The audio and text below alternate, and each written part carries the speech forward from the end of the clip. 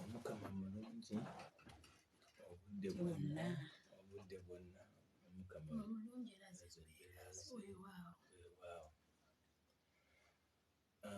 abasobodde okujja kati tubaaniriza mwenna n'abagenda twegattako oluvannyuma tubaaniriza. You are most welcome to everyone who is going to join us and who have already joined us. You are most welcome. As always, we just call upon you to invite your friends. Let me think, and assuming that you people you are hearing me. Constituent mikwano musobola okuba nga mumpulira. Eddoboozi yange si ddene nnyo nga munaalowooza, kandabe na basobodde njagezaako nga bwe nsobola ntize yes naye mmanyi nti Mukama ajja tusobozesa n'olwaleero okubeera obulungi. I would love to say thank you to everyone who have been praying for me, and again I'm still requesting you that I still need your prayers, please. Wherever you are. Today we are going to talk about, we are still praying, and now we are going to see, we are still praying. We want to see faith and trust. Faith and trust in our families. Several people, we do trust people accordingly. We trust people accordingly. And it's very easy to trust a person, but to put faith in that person is not easy. Or to believe in that person is not easy. Or sometimes you can believe that person, or you can trust that person more than you. Nomaliriza nga byonooneka. Abantu abasinga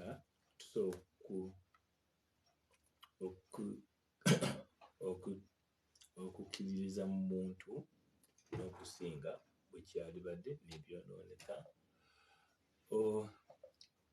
Oluusi omuntu oyo ne tumuteekamu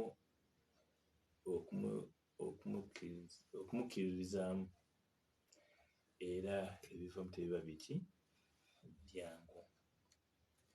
So naye bw'obeera n'okukkiriza okwannamaddala, Omukama akola ekitiibwa kye, era Omukama ateekawo obuwanguzi gy'oli. When we go back to our families, we had that intent that whatever the ancestor or the forefather of the former has said is the right way, and we must follow whatever they said. Actually, it's true. Nti twateekangawo ekyo mu bulamu bwaffe, mu bajjajjaffe oba mu bakitaffe oba mu bannyaffe. Kyonna kye bayogedde kyekyo ekirina okukolebwa, kyekirina okutwalibwa. Kituufu. Naye my question is here. Senga kitaawe agajja tugende mu ssabo, can't just go because he's the one who have said jja tugende mu ssabo, mala gagenda mu ssabo. If if your dad say, I'm going right now, I'm going to sacrifice you because of my richnesses. Can you just say yes? Then you find that it's not very easy to say yes. Era kabe kasinge odduka. You might run away, or you might report, or you might go to someone. You must go to someone, for example, your auntie, your grandpa, or whoever. Then you say ti muna kyekino ekigenda mu maaso we guli, naye era tugamba nti bw'okkiriza omuntu oyo, Omukama yamuteekangawo nga kirabo. We find it in nga tunagenda wala, ngenda kukuleetera wano gye kiri ekirungi, kubanga nakyenjawo okulaga okwesiga Omukama. Okwesiga Omukama tujja kisala 2 Kings chapter 6. Byonna tubikola lwa family zaffe. Actually, we need to see how we can liberate our families. We can make our family free from the dangers and from all the spiritual bondages. Obusibe obuli mu family zaffe tulina okubugyamu. Nabasabye eddoboozi sijja kubangayo mulyagala osanga. Ekyokubiri, mujja kunzikiriza mu state gye ndimu, okay? Solonga nti osooka okuwulira ate osooka okumanya ky'oyagala. Abantu bangi nnyo tuli mu famire zaffe naye tetumanyi kyakukola. Si bwe guli, abantu bangi nnyo bali mu famire zaffe tetumanyi kyakukola, tetumanyi naye obulamu gye bwatandikira. So there are things which we want to start off. Kati kakulage kino 2 Kings chapter 6 verses 8 okweyongera waggulu. Agamba, the king of Syria was at war with Israel. He consulted his officers and chose a place to set up his camp.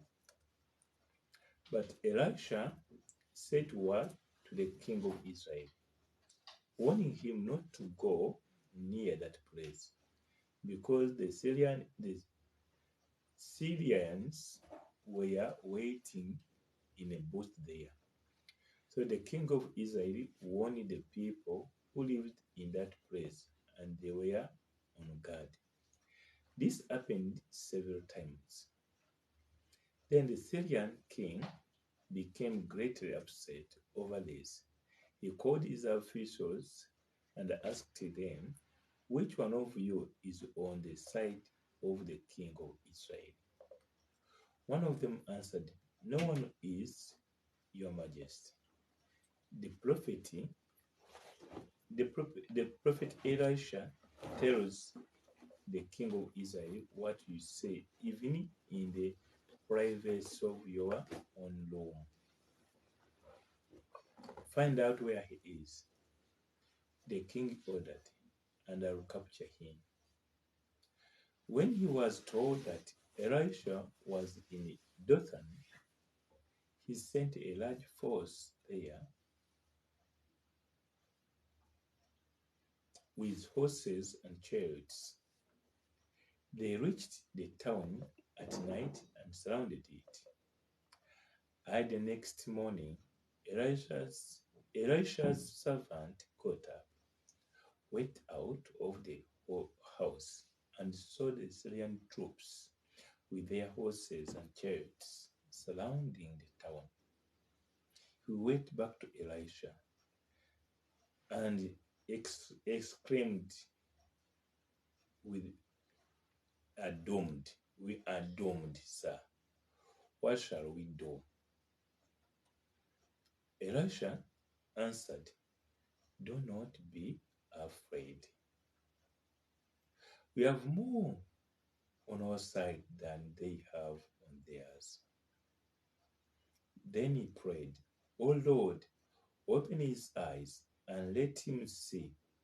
The Lord answered his prayer, And Elisha's servant looked up and saw the hillside covered with horses and chariots of fire all around Elisha. The word of the Lord.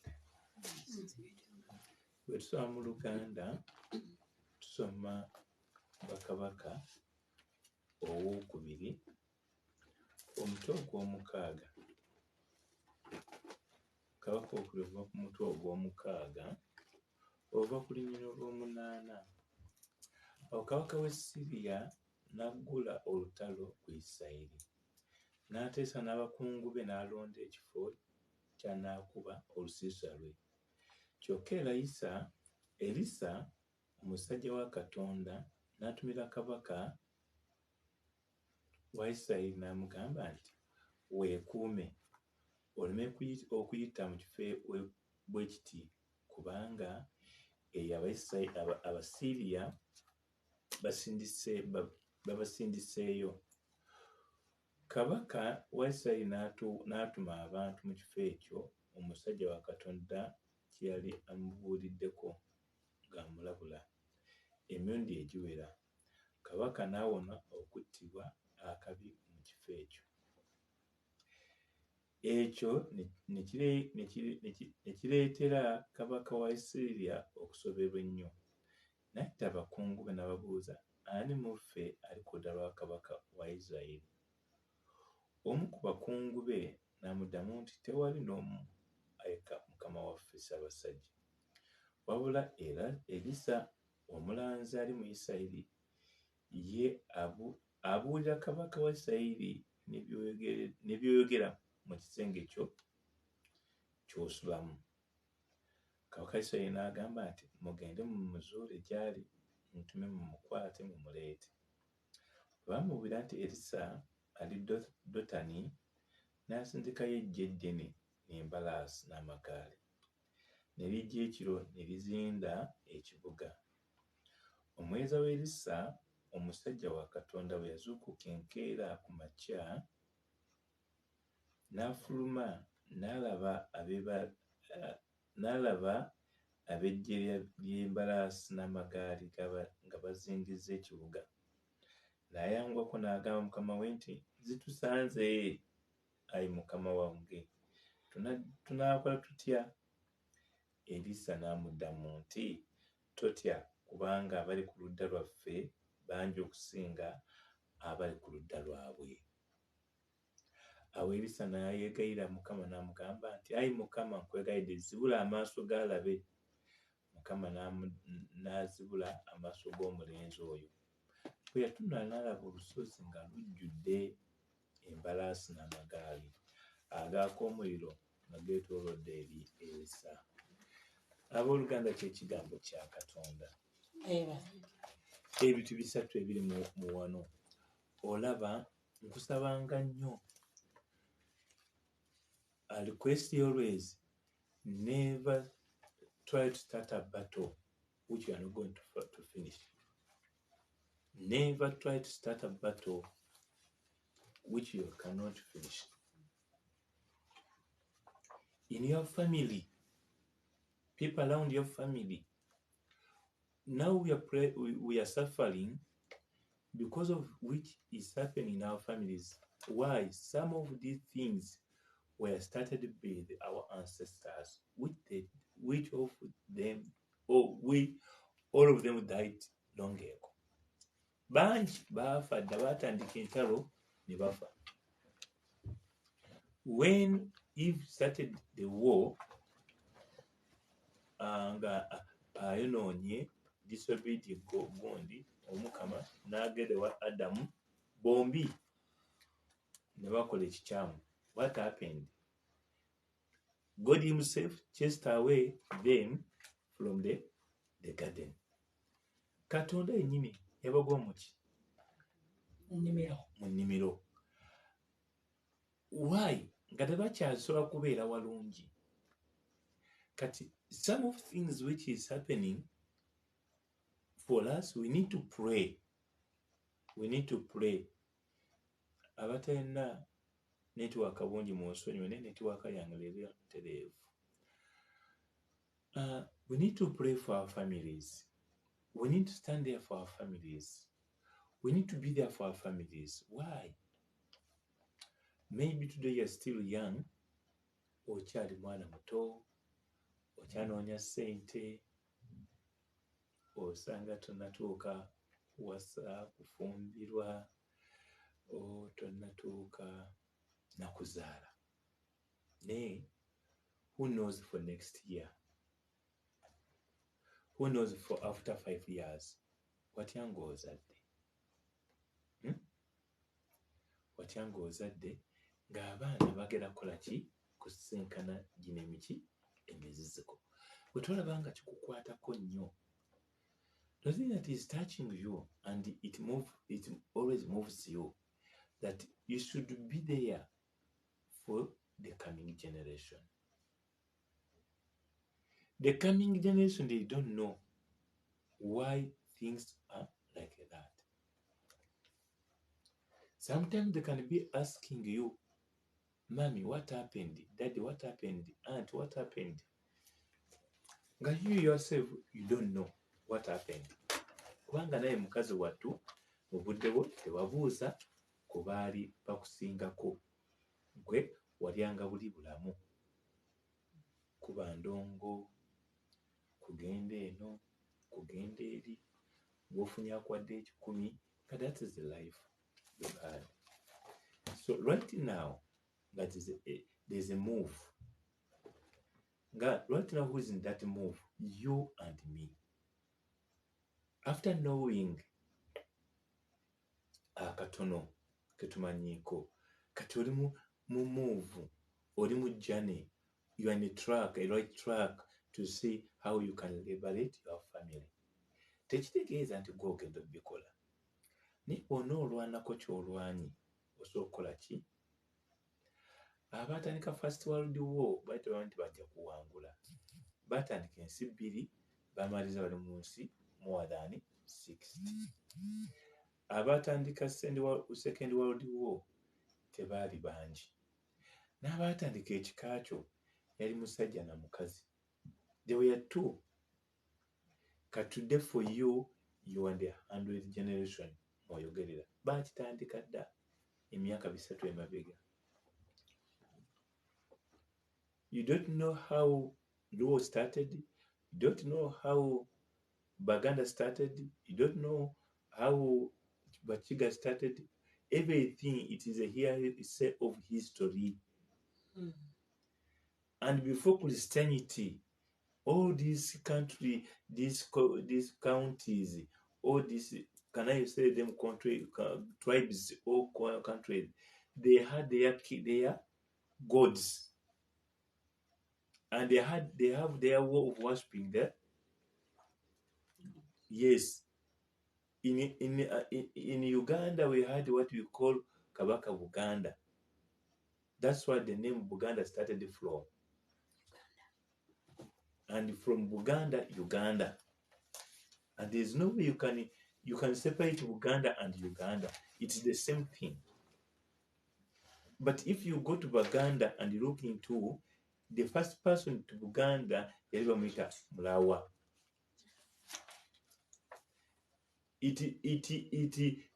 Tosobola kumanya Mulawa yatandikira wa. Then after mpaka Kintu bwe yajja, Kintu, he was a king of peace. Teyayagala ntalo. Kwega otunuulira n'otuna generation nga tosobola gimalayo. Nga otasobola kumanya generation, there's no you can come out and count and you finish your family line. No. Kati ebyo eby'emabega ebisinga obungi tetubyetaaga. Byaliwo. What we need prayers. We need prayers. We need prayers. We need prayers. Have you ever asked yourself, within your family, both sides, your mommy's side and your mom and your daddy's side? We have heard here in a gospel when the servant of Elisha just screamed and said, "Oh, you're finished. What can we do? Do a day. If you go in the John, Gospel of John, these people were in the boat. Jesus was in the boat, and Jesus was tend to be asleep. Yaringanga yebase. Ne bamuzukuza, Mukama waffe tulaba tufa tuggwaawo. Bwe yazuukuka yawanika bwanisi mukono n'agamba, why are you doubting? People of little faith. Nange nkugamba, why are you doubting, my daughter, my son, my brother, my jajja? Why are you doubting? Why do you have little faith? Can't you believe in you? Like Elisha, bwe yagamba nti abali ku ludda lwaffe, people on our side are many more than those of Yamugamba. Namugamba, do not be afraid, Elisha answered. We have more on our side than they have on theirs. We have more. Meaning, you have many people, you have many angels, you have many saints, you have many divines. Those are the people who are going to fight for you. And himself, God, himself, the high command, that is Isaiah 43. Do not be afraid, I am with you. Totya, ndi wamu naawe. Teweeraliikirira. I will fight for you. Even if you pass through waters, fire, nothing will overwhelm you. You are so precious in my eyes. I will give in Sheba on your ransom. Now why would it more look with that? The one whom you serve, the one whom you pray to, he's big and he knows your family. He knows all the challenges in your family. He knows all the problems in your family. He knows all the difficulties in your family. Oyo gwosinza, oyo asukkulumye, oyo nannyini buyinza bwonna, nannyini maanyi gonna.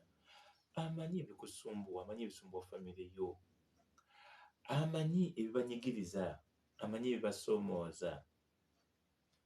Yekimanyi mu kyokka omuntu ne bw'omugamba nti guma omutima tusigala tuli bantu. Omugamba leero ti take heart, take courage. Tomorrow n'alaba nga akuwandikidde ng'akaaba nti brother bigaanyi. Kino omugamba kye nayigiriza kiri luddawa. Bw'omuntu. That's why bw'omuntu. Many people always olaba nga babeera n'okutambaala. They give up easily. Not because they want to give up, but because it's too hard for them. Kizibu okyaŋŋanga. Singa baga tata ye musezi, if they say that your father is a night dancer, how can you control such? And how are you going to control your family to come? If your father is a night dancer, tata umusezi, kati abaana boogenda okuzaala. Are they going to also to be basezi, or for them they are going to be unique from you? Yet they are from your blood. Gwe maama, gwe taata. Senga maama, oli awo, bagamba taata ne maama balaguzi. You're a beautiful lady, you are there. And you know yourself that my mom and my dad, they are witch doctors. Not only the witch doctors, but they are beyond the witch doctors. What are you going to do? What are you going to do? And actually, there are some signs which shows you that it's true. And if you go somewhere and sit down and you start to compare and start to allocate and start try to do what? To see some imaginations, to bring up my imaginations or to meditate. No longer chitufu. you feel pain, you feel worried, you feel olaba otandika okweraliikirira, otandika okuwulira obulumi naye nga tolina kyogera kukola ki, kyogera kukyusa because you belong into that family. Mukama mulungi. Nga one thing which can help you to overcome this family is prayer. Ngeso okuyambako okuva mu kintu ekyo, it's only prayer. Problem eriwo sometimes about the way they do prayers, especially concerning into such incidences, the way they do prayers. Engage beja abasinga they are prayers the same time kurumba tujja batulira. We shall open to them. We shall tell them what they are doing. So if you tell your father that he's a night dancer, meaning what? Are you going to remove his work? If your sister, for example, always, and she's a witch doctor, she believes in oddies, in diviners, such things. That always she's practicing and is pipe smoking. That is so good, and always she's lamenting and is cursing. What are you going to do? Ogenda mugobirawo. Bw'omugatize sikyetaaga kumanya simu anyina zino muddukako n'ogenda n'oga seetaaga kumanya. Have you solved the problem? No. Ajja kukaabya amaziga abikola ekya n'eggulu omuyita omulogo nga yina omulogo mwasanyukira. He is proud of what she's doing. Or maybe your brother is so proud of stealing. He's a robber, he's a killer, and he's so proud of it. What are you going to do?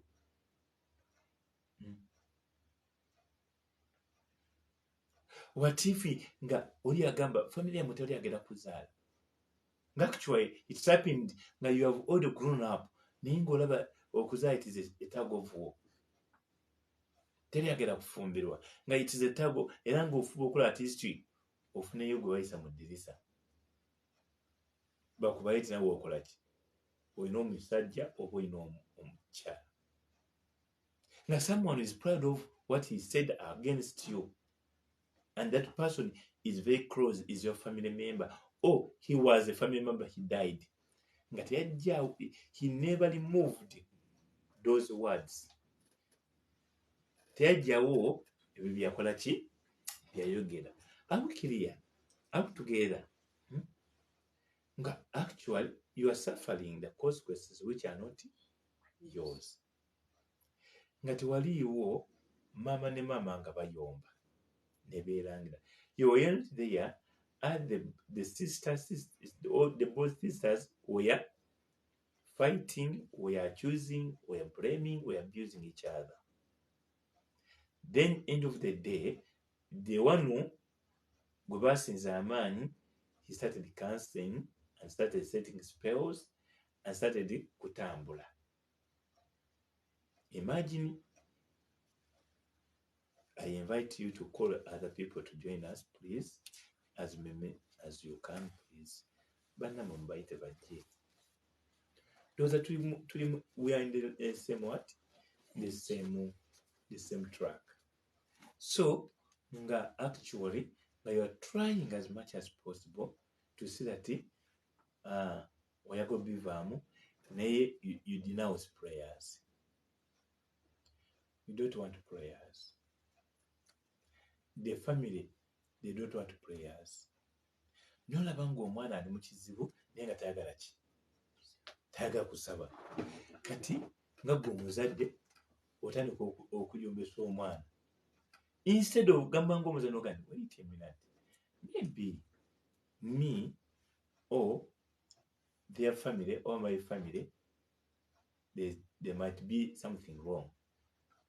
Instead of looking upon this child because of esaatasakana buli kimu, kubanga kati bw'aba tayagala saala, what are you going to do? Bw'aba nga taata w'abaana nga buli wakomawo, you find him either in a sitting room Then if it's time for prayers, you find him going to bed. Oh, that's the time when he say, let me go for bed. Nagera okola ki? Okunaaba. Nga byesaa si byakola ki? Si byalaba. Ng'ate actually n'omutuno omutata w'abaana nga the man is well off. He's rich, has everything. He does not see where God can help him. Naye nga gwe okimanyi munyumidde ku ki? Those are the things bye tulina okusooka okutunuulira mikwano. N'olaba nti taata w'abaana, the father of your children, because things are pulling him from his side or from your side, you find that man cannot grow in faith. Tasobola kukula mu kukkiriza. As much as he's trying to grow in faith, there are forces which stops him, or there are forces who pull in him. Kama mulungi obudde bwonna. Nsaba gwe kennyini, I request you kindly, wherever you are, before nga tunalowooza lwaki embeera zitutuddemu. Are you listening? Are you hearing me? Okay? If you are hearing me, go to God. Nga tonnagamba nti embeera zitutuddemu. Sooka onoonye embeera bwe zikuva. Nga tonnagamba nti embeera zikutuddemu. Nimbasaba tetulina mbeera za leero bino ebya bulijjo bino tizimanyina. Olwasi ezibuzo olwaleero ekijja kufuna. If today you don't have money, tomorrow you get money. Don't mind. Just something which is minor. If today you have failed to get a job, tomorrow you get a job. If today you have failed to have a good business, the Lord will bless for you tomorrow with a good business. But there are some instances, there's some issues. There are some lines that it's not. They don't need tomorrow or today, but it's immediate. For example, osabye, and osabye. You have prayed like it. You pray to change the heart of your husband, the heart of your wife. You've prayed to change your family, and you always ask the Lord, give us the grace that my family is okay. The more you pray for the family, the more family becomes worse. Gy'okuma okusabira family yo, gy'okuma okukola ki? Okuggwaayo. Kati ogenda okwejjuukira nga mu family mwenye mutandika buli omu asabire wu. Twegayirire, buli muntu yegayirire ebibye. Muli mu family ki? You are in the same family, but now there is the spirit of okwawulamu, division, the spirit of division. Ng'etandika okujja. The spirit of division that comes in your family, nga you are no longer one as it was. Nga you're no longer one, you can't make it, you don't know what to do. Nga you as much you nga oli asoma bibye, olinga abamu abaali bakola comedy, obuko obwasanjuka bwatuka buga nti oli mugoba w'ennyonyi ng'agamba munne gwe kwata eno nange nkwata erudda, vuga ebyo nange nvuga ebyange, naye nga bali bunaku bombi ba pilot, ennyonyi n'etambula. Oba okitegeera ennyonyi tejja kukola ki? Kutambula, kubanga muntu avuga ki? Yes. Oba singa ng'okusiba ne mukwata omuguwa, oli n'asika eno n'omulala n'asika wa? N'asika eno. Mulowooza binaasoboka? Bwe pongo oli asika kutunde naye ng'asika otunde ne mulaba asinza amaki? Amaanyi.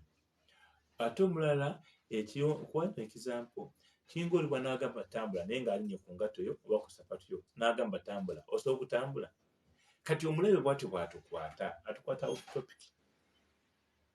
That's how the evil holds us always. and tyrants in one another.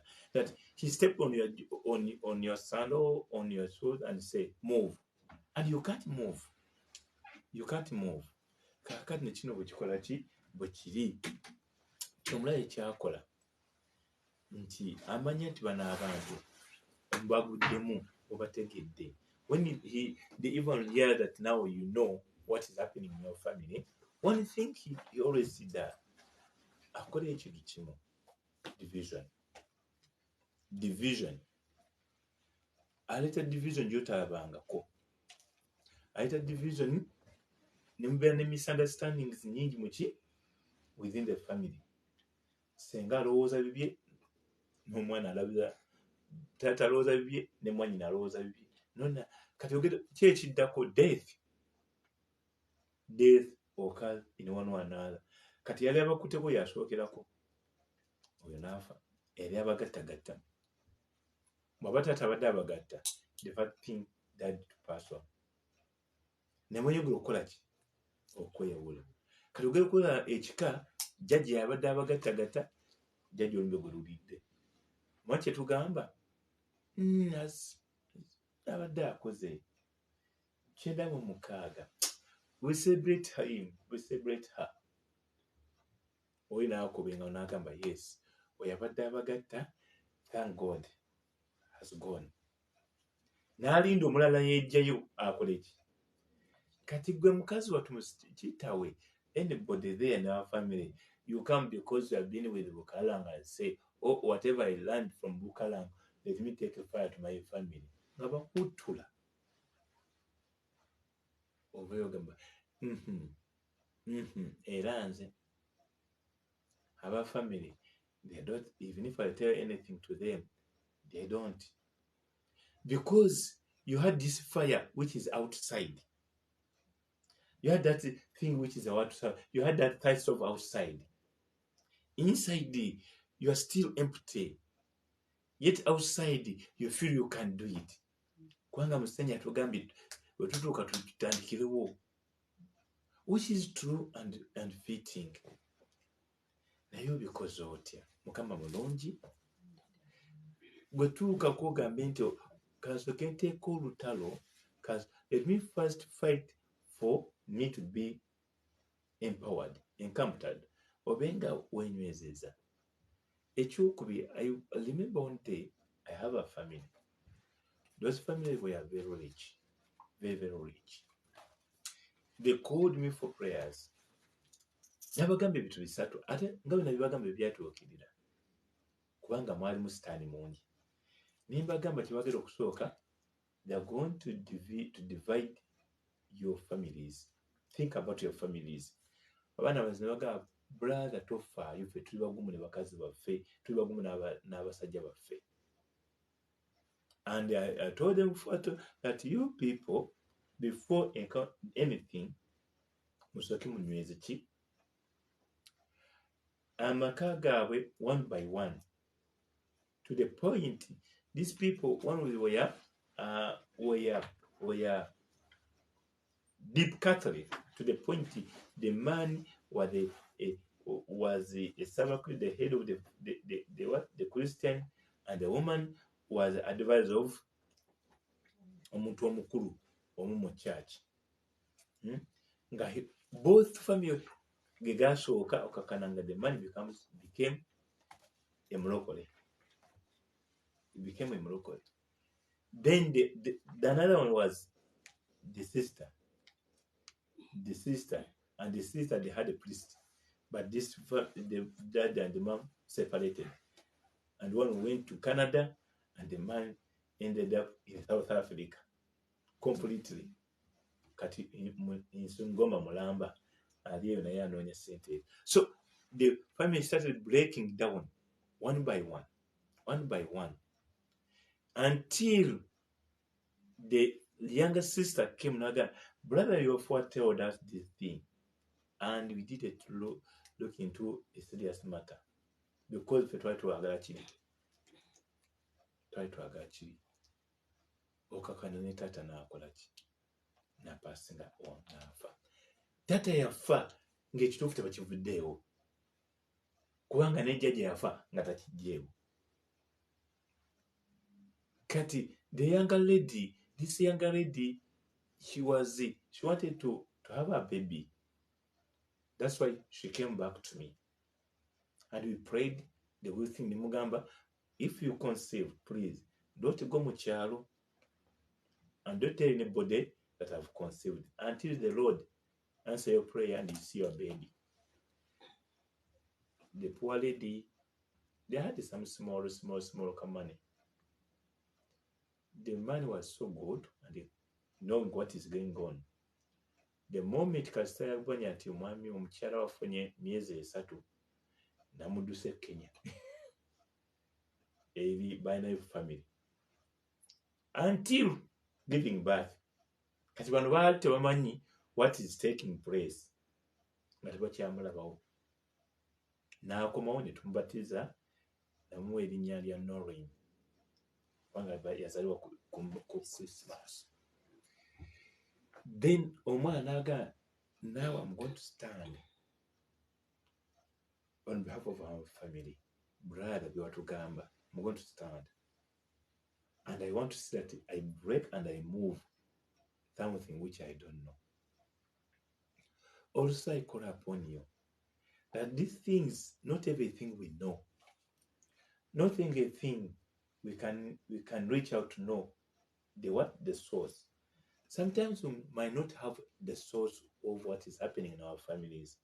Ebiseera ebisinga tusobola okuba nga tetumanyi, tetuna bwogero, tetumanyi na nsibuko y'ebintu bye tukola ki ebiri gye byava, naye nga tulina signs and symptoms, nga tulina obubonero n'endagiro ne what is signs, obubonero, what is symptom. Teekawo ebibyo nange kyabye nkyogedde bwogezi kasi okitegeeza nga waliwo obubonero obulaga nti kyeki tyakituwale waliwo ebitagenda buki bulungi. Bw'otunula famire engeri gye beeyuza toliiyo, naye bino byona obiwulira buki buwulizi.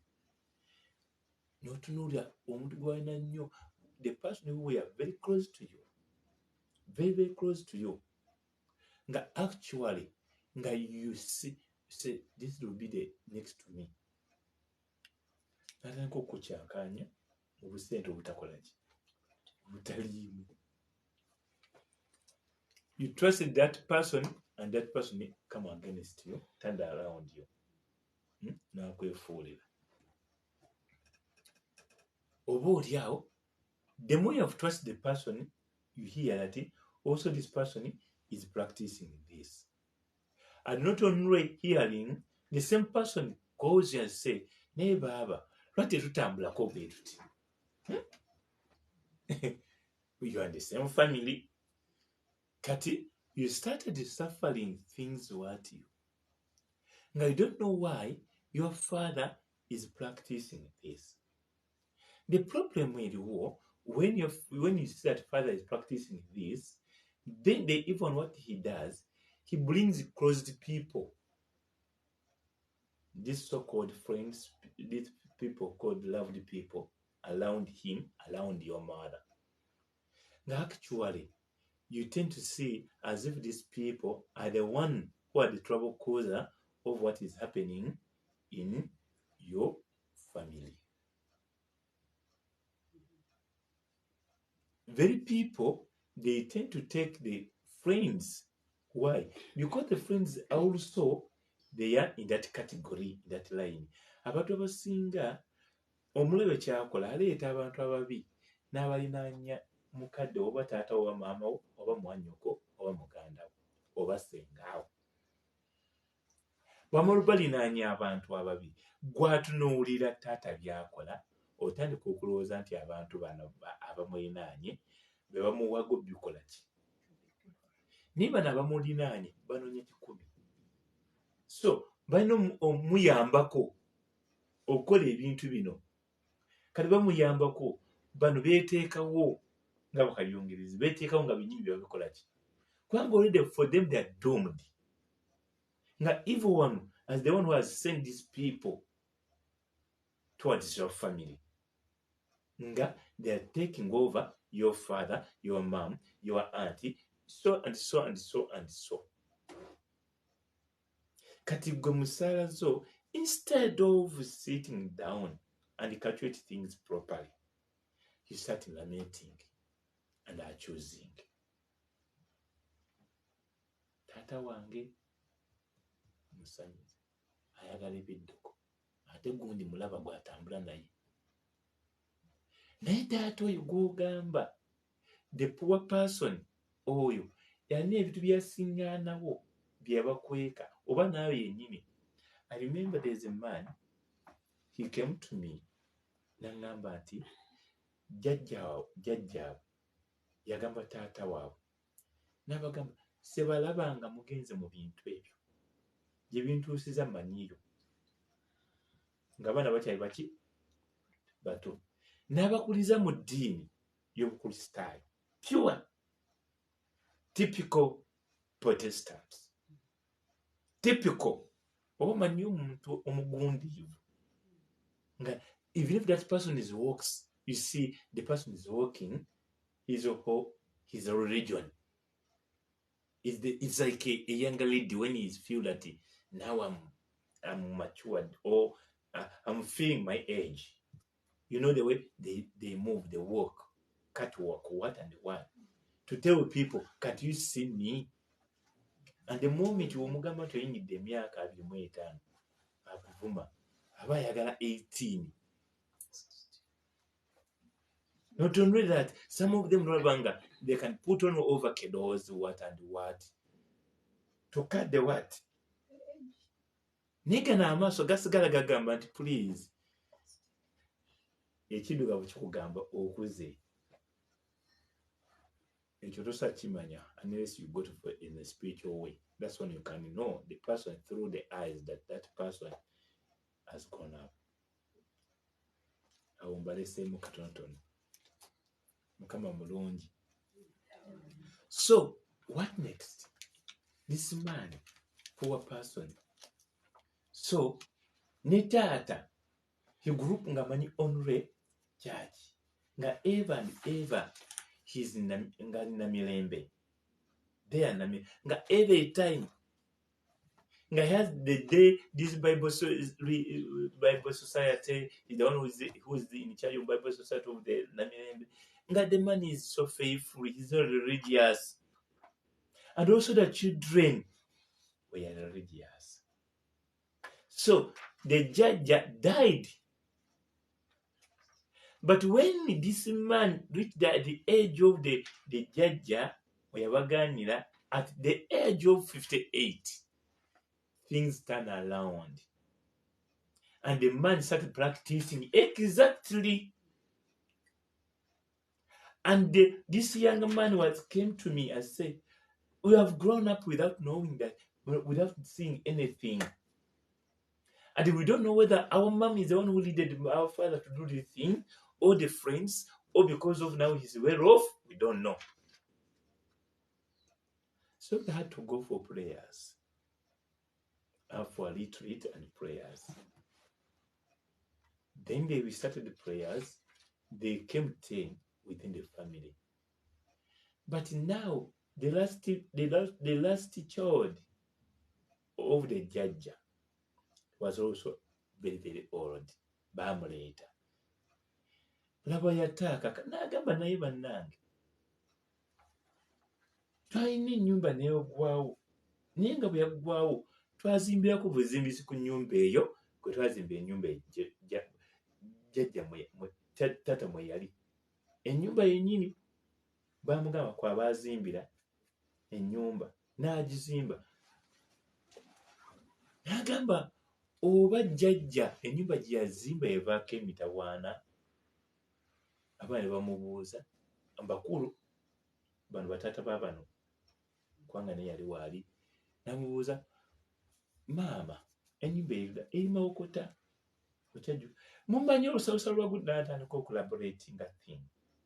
And the judge to this, judge wa judge yali akyaliwo. This judge, they died today. This man, they collected themselves and they went to Mawokota. They found Father Remy and is it Wamponya, another person from that area of Mityana. Then they go to the place. Sorry by sorry. Thank God, because we are on Ebijja. This lady, in her age, yali muto nnyo, either it was God's mercy or was the angel. We don't know what happened. Naye this now very old woman of 80 managed to allocate the house because we were doomed with bush, but he managed to manage and said, "We're together about pula. One room to the they found a tree. They dig like 4 feet down. Then they get a what? A pot. A pot. Imagine years and years passed. But that pot with the chivera, it was still fine. To get it was a tug of war. Because at first they failed. That very evening, after they left, the family members who believes in what? In the other side, they went with the witch doctors to do rituals so that they can claim it. Actually, they did it. But when they did it, the son of those red ants came, and nothing they did.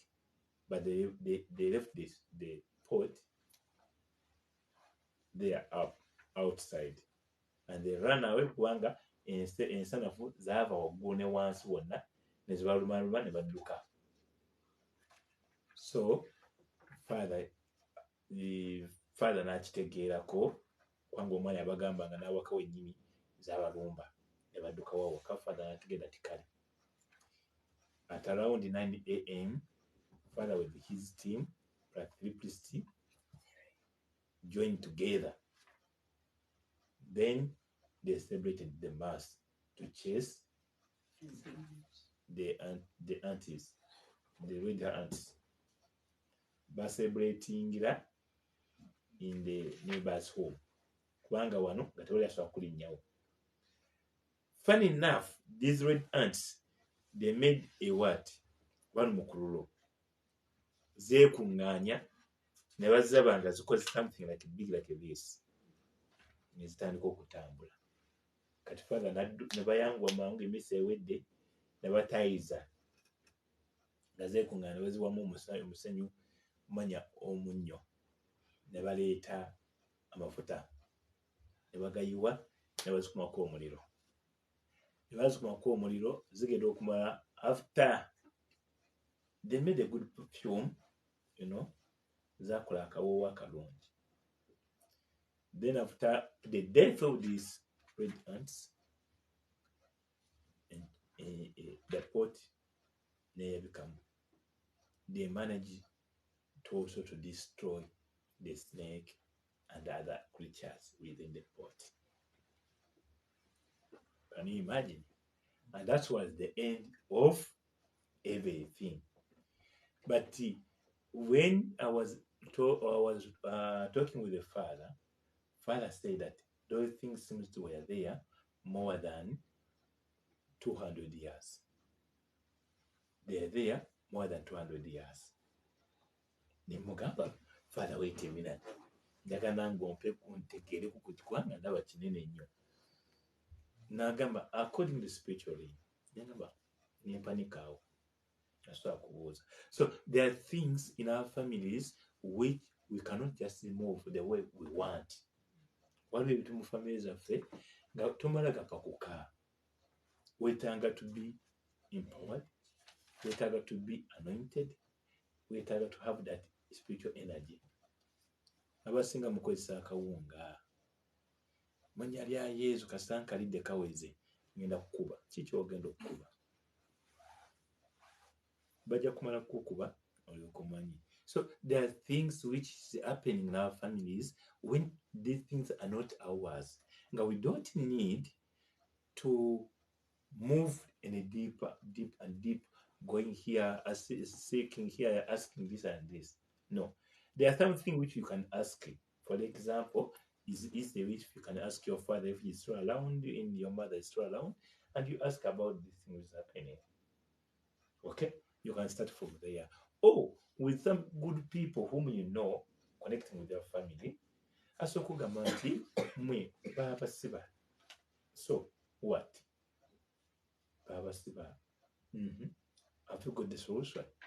Yes or no? As much as you are trying to, you can't. Omukama mulungi. So there are things which we can do, you and me, is the money, and the things which can overcome. This is the problem always comes. That sometimes when you want to utter something which is feeling, there are something which can confuse you.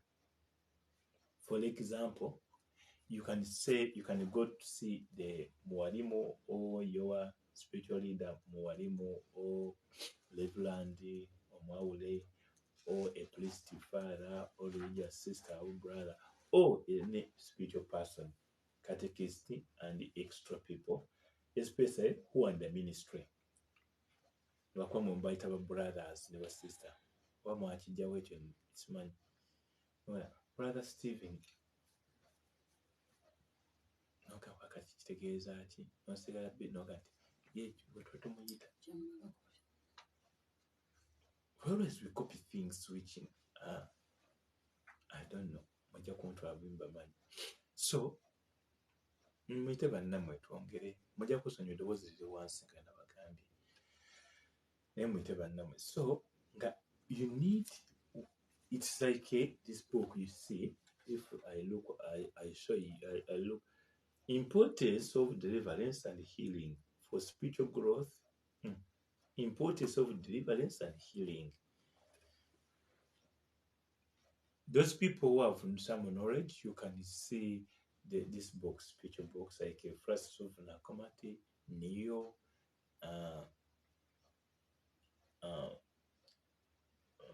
Father Tadolf, Father Rufus Piera. Those are people who are the father of this ministry, who knows what the ministry is. And if you come and lead them and you know what to do, then those people know, those Kepha, Cluster King, that lady. That's why I say there's a spiritual people who are in the minister, who are not religious, but they are there. We have in Kampala, you have many, is it Kalinda, you have many Serubiris, we have many people. There's someone whom they told me about fire ministry. He's doing well also. It's good, but it's good to go to people who know the ministry. Okuyigiriza ekigambo.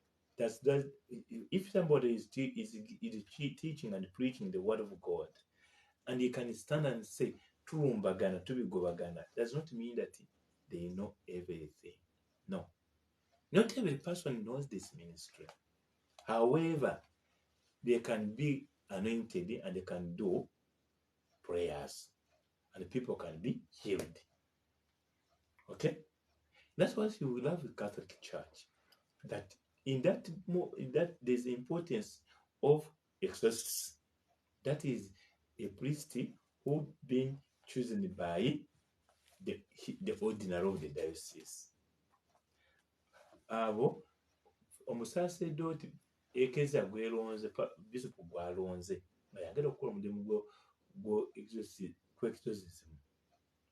But tekitegeeza nti abalala they are not working and they are not ministering. No, they are ministering and they are so busy and they are very active, and the Lord is using them in a mighty way. Okay? But it's good to know, if you go to a mouse center, and see how these people are trained, very, very trained. And I salute people of Emmaus Center. They are doing a mighty work of God in the people of God everywhere. So it's good to look for people who are well trained, who knows, and the people who does not say that they know everything. Why? Because there are things whereby you need a priest. Okay? For example, you have been practicing witchcraft and the whole family, and you want to do away from witchcraft. Then if you want to do away from witchcraft, and if you're Catholic, you need the reconciliation. Ng'oyaga musaaseedooti mbagakasa oyo omuntu wadde akuyambyeko oba ku byo ky'oba okukola ki tasobola kukuwa sacrament ya penitensia. Tasobola. He can't give you or can't lead you into the sacrament of penance, even if Brother Henry or Sister So. No. Either as a munaddiini oba sister wa brother oba father, tetulina manya omukristo omulala tetulina buyinza bwa sacrament ya penitensia. Kati omuntu oyo abaina waakoma. He has the stop, the limit. He cannot move more than that. Has helped you. Now you go and look for the priest. So the priest can prepare you well. So that the priest, the one who can lead you to come back to church. Oba olina okuddamu nzikiriza Katonda. Omukristo wa bulijjo si agenda okuzisaamu nzikiriza Katonda. Era bwanga badde bakikola. Please, mugambe abantu abakikola babawabya. They are not supposed. Mukama mulungi. Bino byonna bireeta because of our families. That in your family, there is a person who has been practicing this. You can help him or you can help her to do away that line. But again, to help him or her to bring him back to church. Bring back to church. If you're Protestant, please, again, this lay person, the Protestant, the lay person who is not a reverend, he's not supposed to bring back that child of God to the church. He's the reverend. Baba omusilaamu gwono omusamu obusiraamu si yagenda okukolako ejemko nedda omuwalimu kubanga was being chosen by God. He's been chosen by spiritual. So not this thing is not a matter of kastango byemizimu ndiwamaanyi. No. Basaba ekintu kimu.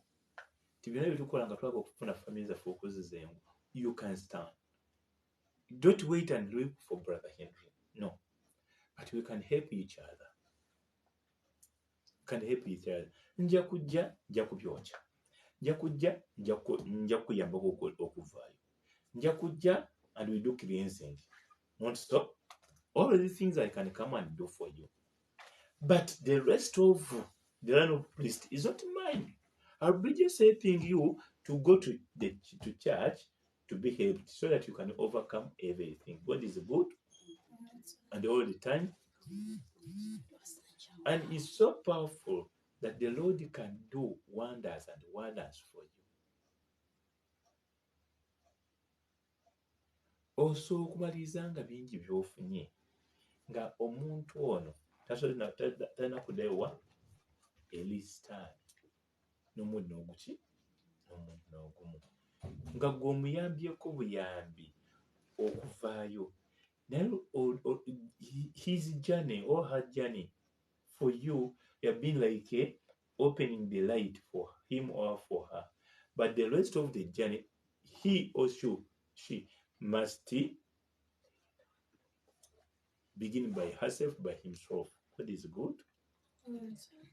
Now, if these things has been in our family for years and years, what can we do? What a question.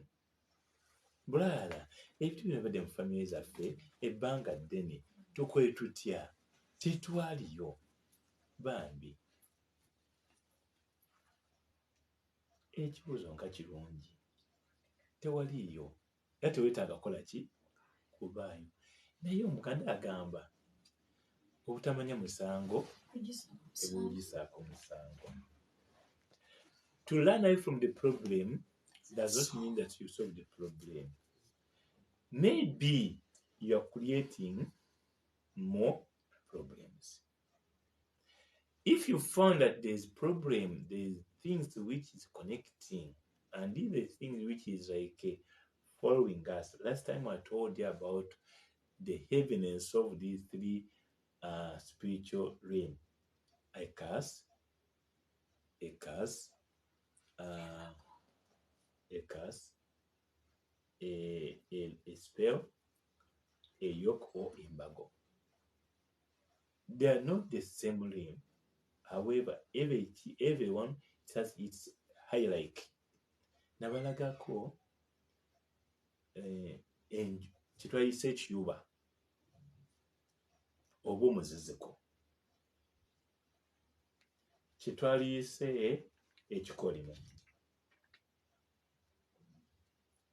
nekitwaliyise mu Luganda nno bakiyita kiki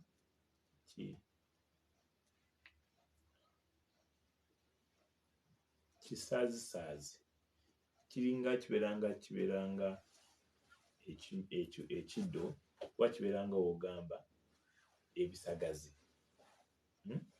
Ndowooza kinategeera bulungi tugambye kiringa nga olaba ebisagazi nti tekabeera kamu, always neweosimba kamu bibeera ebintu biki bingi nebikola ki nebikola ekisaka.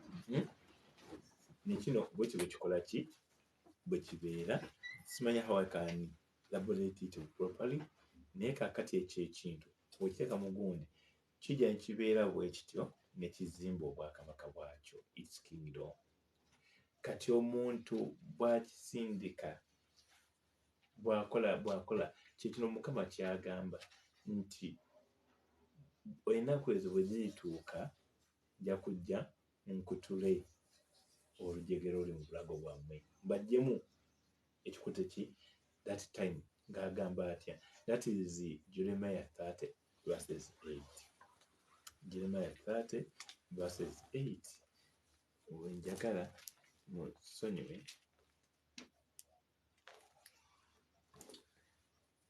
agamba atya. Jeremiah verses 8. The Lord Almighty said, when the day comes, I will break the yoke that is around their necks and remove the chains, and they will no longer be the slave of foreigners. Instead, they will be serve me, the Lord their God, and the descendants of David, whom I will enthrone as a king. What you read there?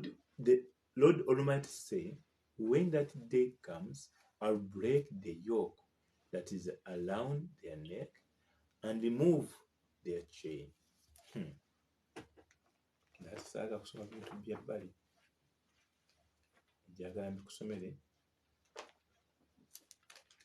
oyiga okukola Bayibuli nga nze kyekisooka. Agamba nti omukandanyi magye agamba nti olunaku olwo bwe lirituuka ndimenya ekikoligo, that is a yoke. Mbadde nnoonya ekigambo ekikoligo. Ndimenya ekikoligo ekiri mu bulago bwammwe ne nkutula enjegere ezibasibye.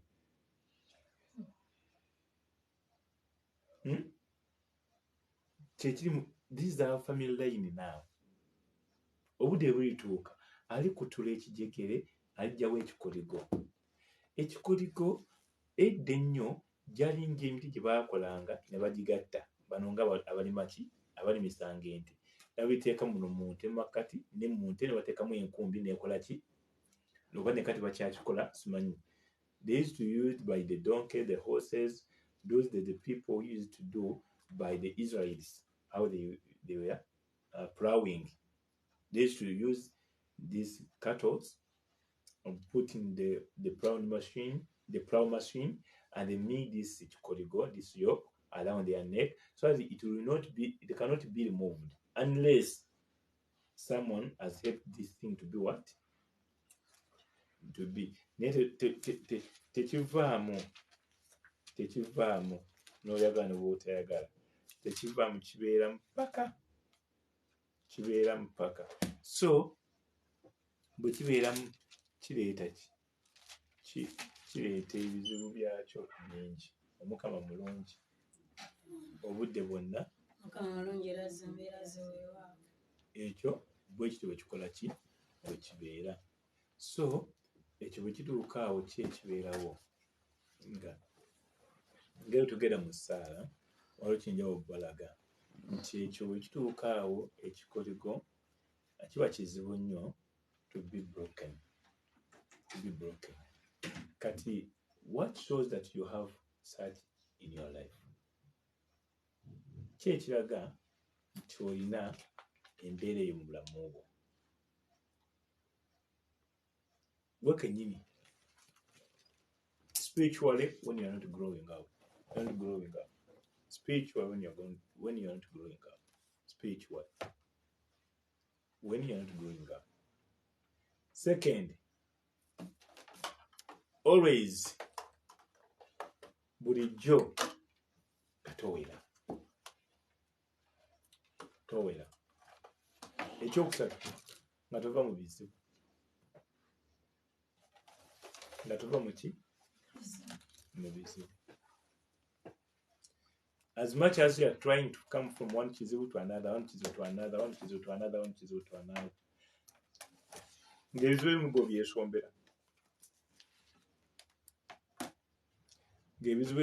gwo obyesombera.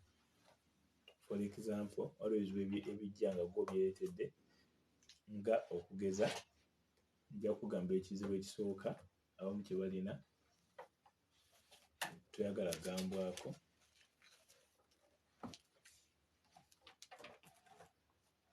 Ekyokubiri, tokkiriza toli musobi. Ekyokusatu, lw'ogezaako okubeerako ky'oyinga gwe omuntu okikolera mu bugubi. Nga gwe omuntu okikolera mu bugubi. These are the things ebijja mpola mpola. These are the things which comes slowly by slowly.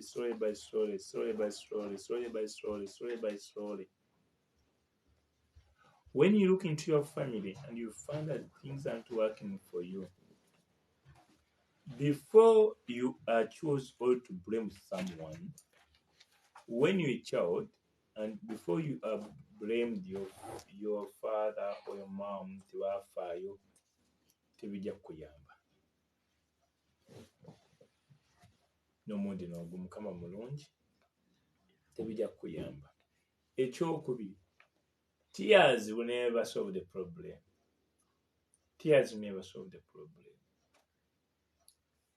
People around there, if you can go to Kisubi, you'll be very grateful. If you go to Bukalango, it will be very grateful. If you go to Chiwamirembe, Queen of Peace, it will be very grateful. From other dioceses, there is Mitiana, there is Bukalamuli, that is where Father Remy is. We have Father Martini and the other priests within Masaka Chitovu. Luero, there is a Emmaus Center. Mbalala, there is Kalama. And that's where Father Bash is, Father Bashobola. We have Kamocha. We have many places. We have Wachiso. Wherever you find this prayer, please, you go there and start joining those groups. And those who have their beliefs, you go to your denominations. But just know, if you know where you are going, take single. You can go to your denomination, but just know, even if the Catholic, bajja kukula, bajja kuzirya. Bw'oneesewaza. Tibangambye ate omukyala musabi akuteeka buteesa ppule n'akubeera buli kimu ne weesewaza ojja kufuuka ekyonziira. Bw'ataakuteeka mu by'ayagalanga akweza sappule ye. That's the problem we have. Bw'obeera ku kisenge opapa and you go everywhere. Kati waliwo n'omuvubuka atera ogamba abavubuka abantu abaga ekisubi munoonyaayo ki? Mufeeyo eteri kaliyo, tewakyaliyo maanyi. N'omubuuza amaanyi obwagalira ku kiye. either bukalango o kisubi oba katekamu oba kiki bayigiza kigambo kya Katonda not so gwomanyi wookola ki kati gwe bw'ogamba nti ku kigambo kya Katonda njagala nfune amaanyi ndaba amaanyi ga brother Dumba ebyo byammwe fe kigambo kya Katonda nakwegayirira omukama n'akola nga bw'akola ki then the Lord do according to his will. Outside the country, wherever you go, I don't go that I want to show that there is anointing. No. We just pray and we leave God's will. What if the Lord is want to answer your family after 10 years? What if the Lord want to answer your family after 30 years? What if the Lord want to answer your family after take away emyaka gy'omaze ng'okyatoba nga bikyagaana? Osanga the Lord is not yet for you. So don't give up. Don't quit. Stop crying. Start living. Lekerawo okaaba. Tova ku nsonga. Togwamu ssuubi. Toterebuka. Wabula gera bugezi mu ki? Mu maaso. Nze mmanyi Katonda gw'osinza ajja kukuyambako. Another thing in a family which we need to look at. Njagadde bino bimala olwaleero nabyo. In a family there are things which nga wenkugambye, I don't know how these things come together. You find that the side of your mom there's a lot of problem. And you find that also the side of your dad, they have the same one. They have the almost like they're resembling. Ng'ebizibu gye muli ewa kitammwe ogenda okusanga ne wannye mubikola ki? Oba mukwatagana mutya ne mugattibwa oba ne mufumbirigano oba ne mwagalana? Oyo sayansi sinamufuna ekintu ekibeerawo.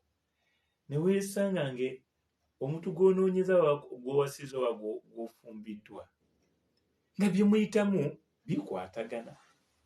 Kati obwana bulyoka bukola ki? Mukama Katonda atusaasire. May the Lord actually just come and intervene and have mercy on us. Many things which you can find, and you find always, what happens always, the man always blames the what? The woman. Babanga omwana wa magezi mangi, oyo mwana wange. Babanga musiru wa mukyala. Kano omukyala bw'akola bw'alabanga amagezi mangi, ebikojja tubibagezi. Bw'abona nga akusinza ku bitabo, obusiru bwe wammwe.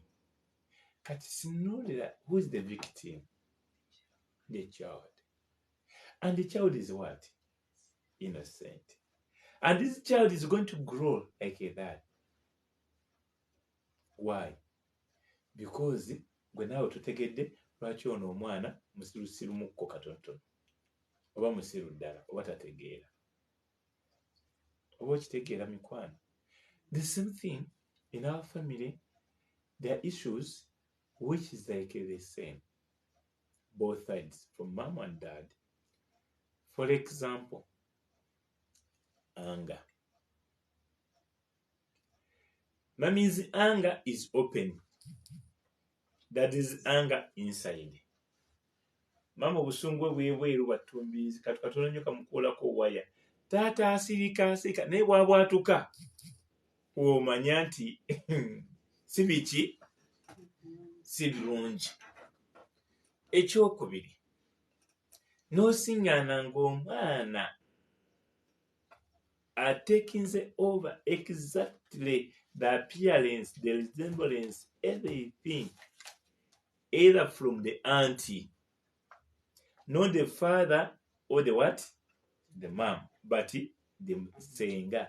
Ng'ono omwana atutte ebintu byonna byonna ebyasengaawo. Si bya taata, si byaki.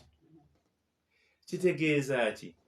Ojja kwejjanga ng'erinnya lya ssenge lye baamutuuma Kasasi yaligirako yerijjidde ku mwana ono. Now here my question is, whom do you blame? Do you blame the dad? Do you blame the mom? Senga jagamba temunyingiza mu bintu byammwe. Not so. The aunt will say, don't bring me into your issues. Try to see how you settle your family with your child. Period. Temunyingiza mu bintu byammwe, mufune engeri gye mumalamu ebintu byammwe n'omwana wammwe. Taata atunula ekyo ky'omwana okubeera bw'ati akikola ki? Oba okitegeera? These are the things which is always happens in our families. So before blaming, before accusing, before abusing, before oppressing someone, before choose the side where you want to be, it's good. Nga tonnavuma, tonnanyigiriza, tonnafuna ludda luddako, era tonnagamba nti gundi blaming. What is blaming?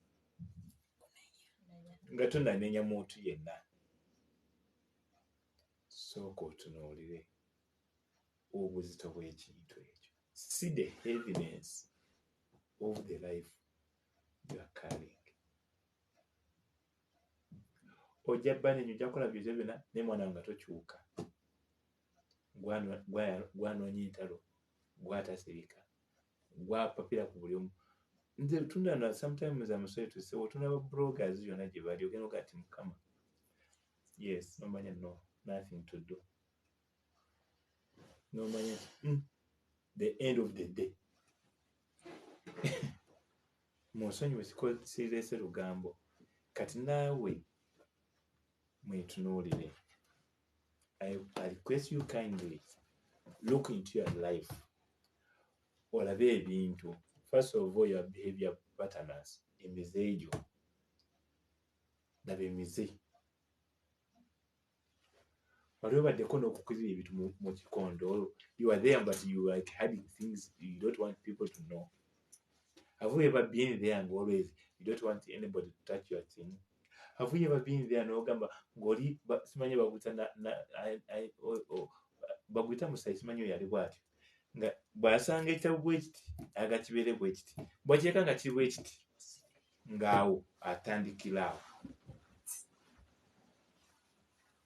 nga waliwo ekimuwujja nga things which is like ekiwujja omuntu oyo oyagala oba tayagala nga n'ekyo kyajja okubaako n'osanga nga n'ekikuwujja you don't know what happens to you but you just wake up n'osanga nga bwe kaba akasawo n'obuuza what is exactly in that kabag. I just laugh. Bw'aba the man bw'osiŋŋaana t-shirt from January to January, you just laugh. Nga nebanga ekaddiye the same type.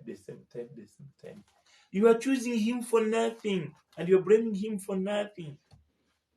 That poor person, for him, for her, if the woman no singa nanga mukyala ye yamanyira musaasaane.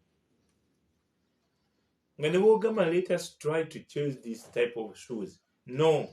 Later you need to you need to have that type of hair. No. This type of nga ye obulamu bwe alina okubeera nga ye obulamu bwe ayaga kubeera nga musiiwuufu. As much as you are trying, that person never belong in a certain make and just that is the area because he does not know what brings him the thing. Because one thing, God what helps him to know money. The rest Tonyumia. Come on, Mulonji. No singer, those people, because of that. No singer that are chasing money only. That will be very easy to live is the only one who can understand, who can know her, who can know him. and go to someone who does not understand but because of money. Nabanga emyaka giyiseewo ng'era akulaga nti brother tonyumya ebyo sooka obiveeko olina gw'ogamba. So these are the things which is happening in our family and we don't know what to do. Actually, always you're blaming yourself for nothing. Bw'omala okublaminga yourself n'otandika okulanga buli omu ali mu family omulabanga ekikolimo otandika omublaminga so and so, so and so. You see, they're no longer talking to us. You see, this and this and that. Why? The forces cannot allow you to be with a joint family. But the forces, what they do to disorganize you, so you do what? You spread. That it's on the way. That's how they can feel. Because the moment you come and join together, it will be able for you and for you, Nange. We are not around, we are not there, but according to what we have seen, the time has come to stand and to break this yoke. So the evil will never allow you to do it, but the evil always will create the way so that you can forget easily. Have we ever seen a person who is so good to help others and for him cannot help himself or cannot help herself? Nga buli kaseera ayanguyira okulaba kuyamba baki? Kubanga buli bwe yeeyamba n'atereera ajja kukwata ku banne batereere. Banne bwe batereera automatically bajja kujja together. Kati bw'abanga abayamba they come against him or against her. Olabeko family ezimu gy'okuma okuyamba abantu bennyini gye bakuma okukuba ate nga tonna kyakukola ngwenu bakola ki? You must help them. But the more you help them, the more they put you down. It's really hurting. And you start blaming, you start saying, I choose this, you start setting, then you move around, you look for priests to do masses for them, you look for prayers, you bring to her, let me go and bring Brother Henry. No. These things we can go all over, which is fine. And I agree with you. Ne Brother Henry ajja kujja and you do prayers and I will do what you expect me to do. But the rest, it's the same like a priest. When the priest baptizes the young child or the baby, he will baptize the baby. But the end of everything, this priest is not going to do for him. Ajja kubatiza ono omwana. Naye efamily mwebanga erimu emizimu. Mukama aba ayambye essaka mitono likola kirimuwonya. Naye era bw'abanga musajja watu wa mukazi watu ayambiddwa naye nga amuyonsa kafulu. Maama ayonsa omwana naye nga malaaya awedde emirimu. Mukama mulungi. Somebody told me about the story about on the social media, which is someone was already pregnant and was in mess with someone else and they were caught. Whatever wamalaaya. Kati akaana akagera okuzaalibwa kali already hooked. Kagera kuzaalibwa muki? Oba okitegeera? Kati kyekino ekyembatero bagamba nti mwewalenga nnyo to encounter things which you cannot put down. Nali nkula jjajja wange yaŋŋamba ti muzzukulu weewalanga nnyo okukola entalo ne bakukubirayo. Era okuva olwo nze Henry ntya okulwana kubanga ntya okunkubirayo. Ebya Yesu sitya. Era bankyapye olwo yankuba empi 2 kabula katangende ku ttaka n'angamba ompulidde era addamu ongobe. senga omuntu ono yankuba yali simutegedde alibadde ndoza ali yeekoza bwekoza, but because I knew her very well namanya nti kati ate nga ne famire ye ngimanyi mwakola ki, naye yankuba empi nalyoka newanaku ati nkukubye nansekerera.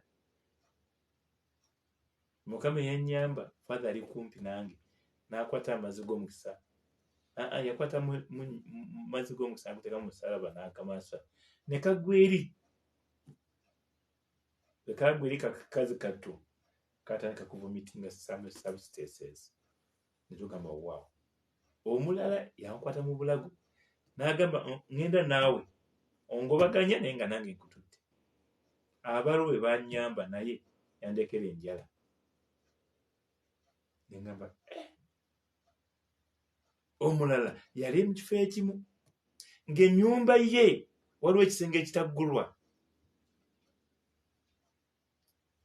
One of the we went somewhere and we found that one of the room since they built that house and they have children and 2 of them, one was just a weak child, very weak, and the other one they tend to be that it is njaga. So when we reached to pray and we prayed, the other one threw herself on the other door. The Spirit tells me that, can you open the door? We asked and they said we don't know where the keys is. Brother Chogereko, 17 years I'm cooking here, but I've never asked my man about that door. Tetulogula tetukolera mu kintu kyonna kyonna. 17 years nga n'omukyala myaka 10 nga bamubikka ekitambaala tamanyi ekyo.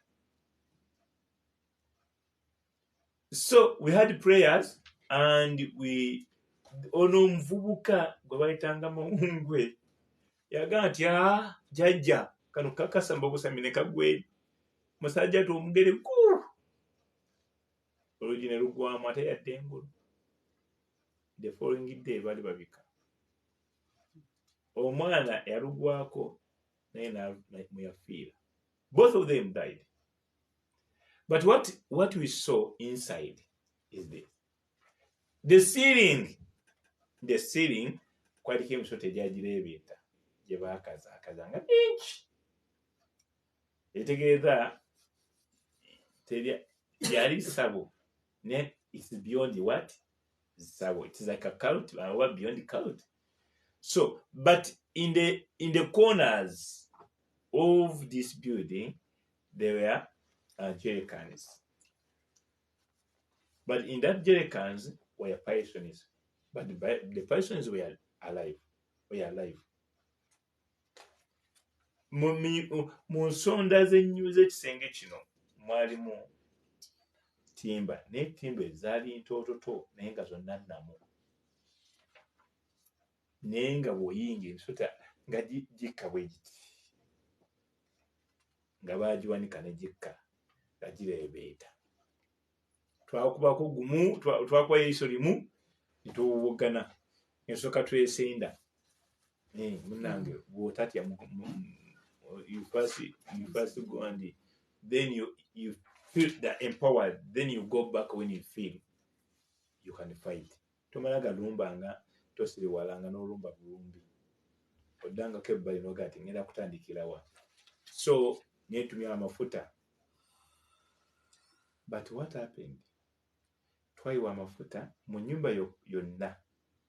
Only one room which was burned. Only that one. The rest of the room omuliro tegwatuukayo okuggyako mu madirisa agalaga nti wano wadde omuliro okukola ki.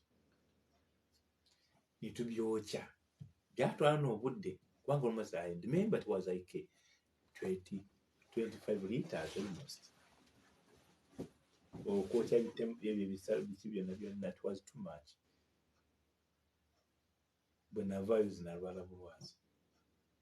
ne bandekako kagundi kakuuku tinavu wadde otukubye naffe tekakole ki katukubye. Those are the things. So that's why I'm requesting you mwenna bampulira badde muli batono eno gundi nnungi nnyo mwenna, never go and try to encounter those things.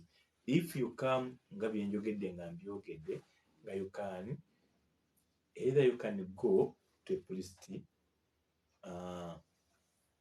you can go to Chiwamirembe, you can go to Bukalango, you can go where, then you get a priest and you share with that priest what is happening in your family, and if the priest accepts to come to your family, glory to God. Bwe nagamba nze simanyi oba nsobola oba sisobola, ndi bwe ntyo ntyo baba ndifa to you the priests. Okay, now I have a team. Even if I've not gone, the team can do what? Can go. Then we help you. Bintu byangu ze natandise, how do you call gamba baluyita batya kisanja what okulanga family zitereera. Why? Many people have been in this prayer of family tree. I think the person who started the family tree prayer is Musenya Magembe from Kiziba. That's where they started the family tree in Uganda. And they acquired many history. And you have Father Joseph Barikudembe of USA. Semakula. He teaches healing the families. We have Rose Kiefer and Father Blassa. Father Blassa.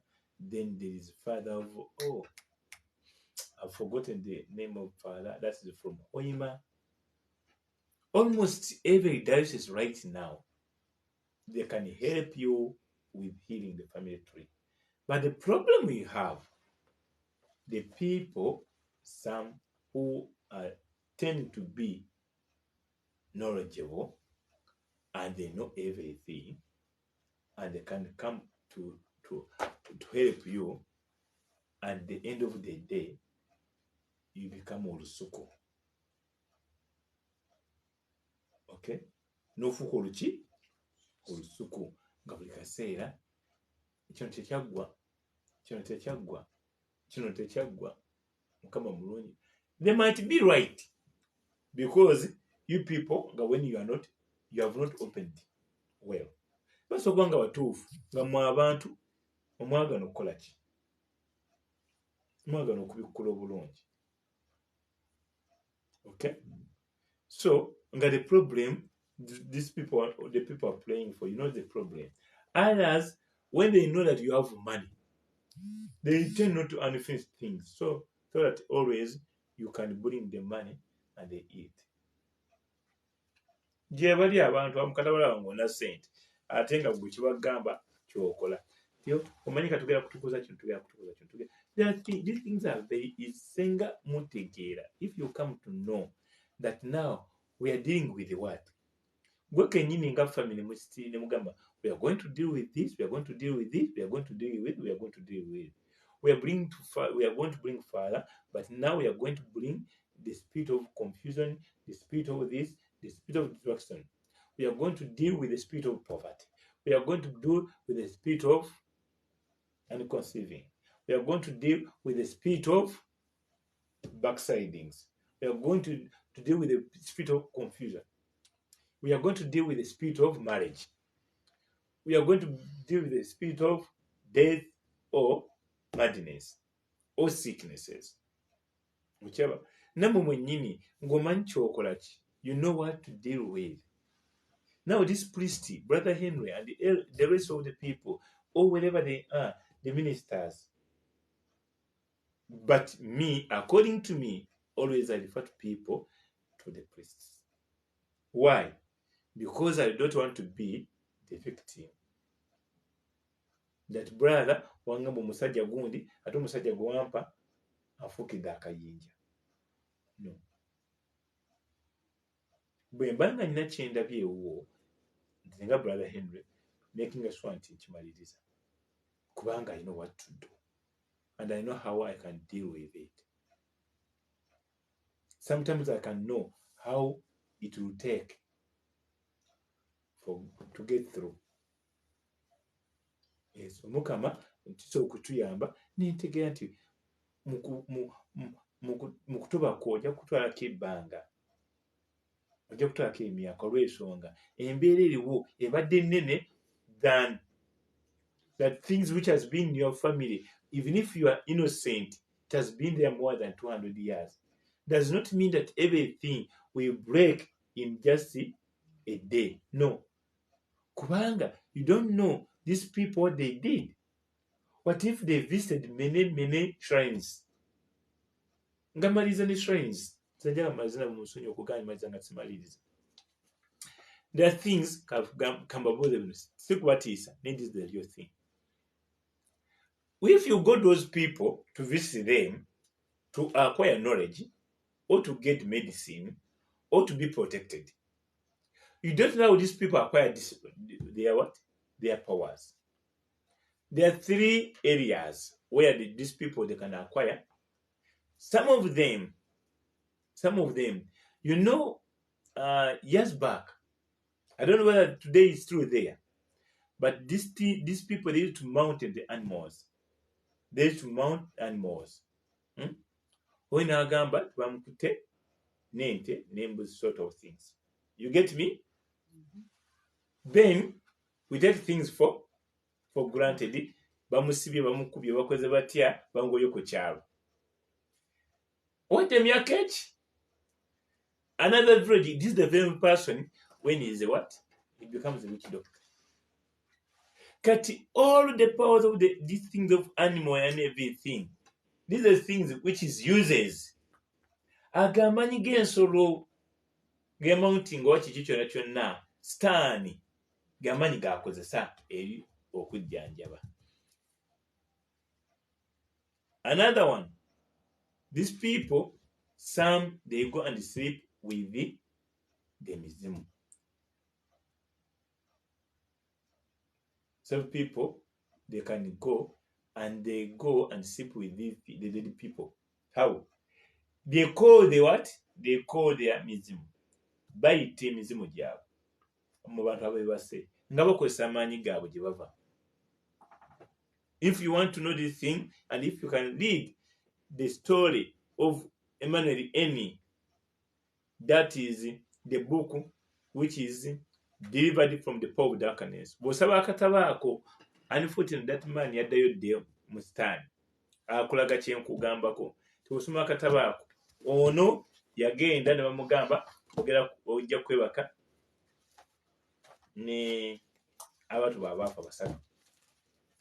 Era n'agenda through the power of the evil, n'agenda akikola mu cemetery gye baali. Nobody saw him. N'amugamba ekyokubiri, you are going to get the meat of the dead rats which are dry. Sekule zifuke powder, then you mingle that powder in your food and you eat. And they did it, and after that, this person, wherever he is, he has a stick and the ring. Has a lot of power. And when you go there, for you don't know, engeri yawongerwa ebintu bino. For you go there, because Jago Mami Wanga njagala ennyo, I want to see that I take over the man. I don't want that man to go looking around. I want money. I want richness. I want my children to be. You go there with these minor things. Yet your family itself, the family, is rotten. Family yo yawugwayo dda. Kati abata byogireetera olw'okuba waliwo yagamba nti mugende mulina okuzimba ki? Ennyumba y'abajjajja. You get me? So you do all these things. After doing all these things, Now it becomes very difficult for you to break them. Why? Because you people, you have not, mwena abampuliriza abasinga batono nnyo who have ever not gone into witchcraft. If not you, you can find either your brother or your sister or mom or jajja. Nakugambye at the beginning, before the Christianity, because Islamic, we had the way we were worshiping our God. If you got the Bible, it is there. When Paul went to Galatians, nasingana katonda atamanyidwa, we are praying to an unknown God. Paul abagamba, that unknown God, I'm bringing that unknown God to you. Then from there, they were baptized. N'ababatiza n'ofuna mwoyo mutuukirivu byonna ne babikasuka eri ne babyokya ne batandika ekisa kya Katonda. Amiina. So ne kino, these are the things which is happening in our family. Bino ebibeera mu family zaffe. Kati gwe noonya woogwa. Ng'ogezezaako. Ng'otya nga you have tried. Abasinga you just keep quiet n'obeera n'obirowooza. You think about them. N'olaba abantu. N'olaba exactly what we are talking or what we are sharing, it is there. From beginning of your father, even if wali muto basobola okuba nga bakubuulira kuko, they have ever told about your father and all whatever he was. Then when you go to your mom, even if he's still around, n'olaba the way your mom is behaving. Kati nga oyine bw'omugamba agamba nedda mama otasobola kikola ekintu kyo nga people they can be against it. Naye nga you wali wano are going through it. N'olaba step mama onoga wow. Nga when you start locating, doing some location somewhere, you found exactly nga where you are, it's like a drop of water into the bucket. It's a lot of nga it's too much.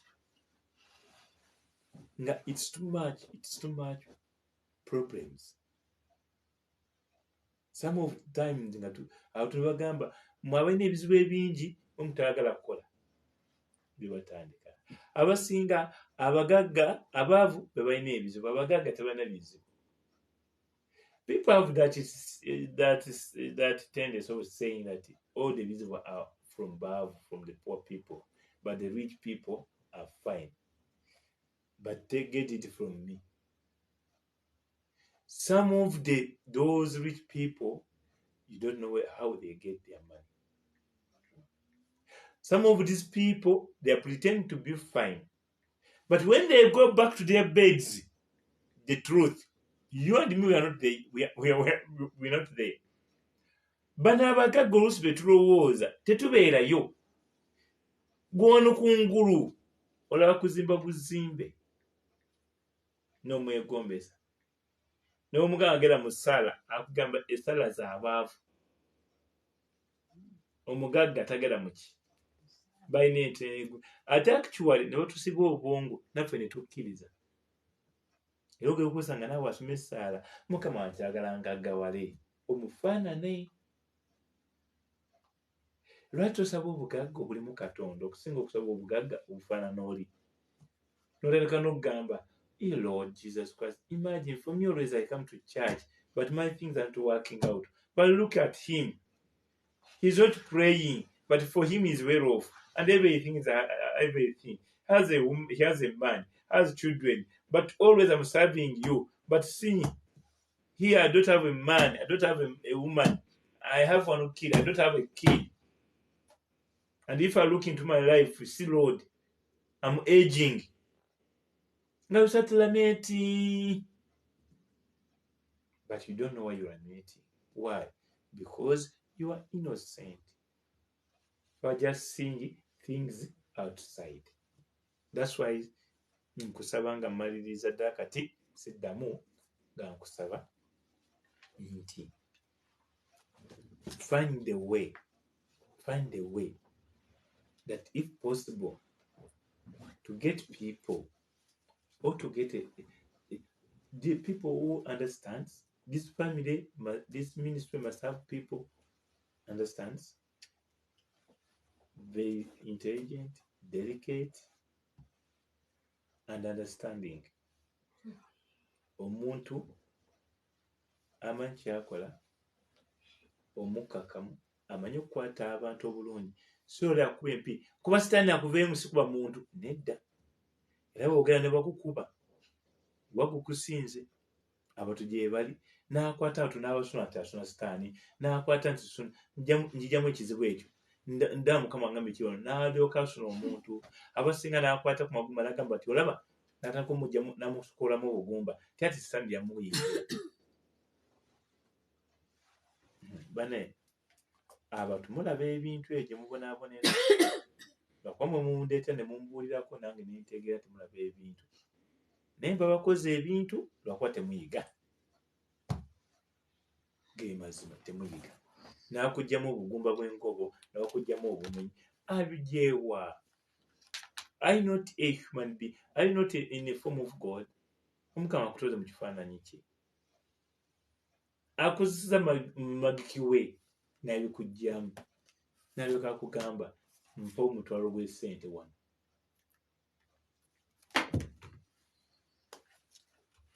Era nze buli lwentunula omuntu asaba omuntu ssente amusabire, that is fake. The brother Henry najja njaga nteekamu amafuta kubanga sijja kutambuza bigere. Okuga amafuta nja kagamba nte kati n'adduuka nti ekiboga nzijjawo ezituuse wa mu kiboga. Era ajja gamba mmotoka teekamu amafuta tuzijje kiboga. Ebisigadde bya Yesu. Senga oteekamu amafuta aganda bati gano gankubye sigenda kubona mu kkubo. Ebyo ebyokubona mubona mu kkubo tiyataddemu emitwalo 10 ng'enywa amafuta 25 walingamye nenjigira mu takisi banso gituulamu nentuuka bulungi nenkomo nga tetugenda kubonaabona ne tuyamuka buki bulungi. So Jesus, we love you. Jesus, we are here for you. Jesus, you know us. Lord, this evening, akawungezi ka leero,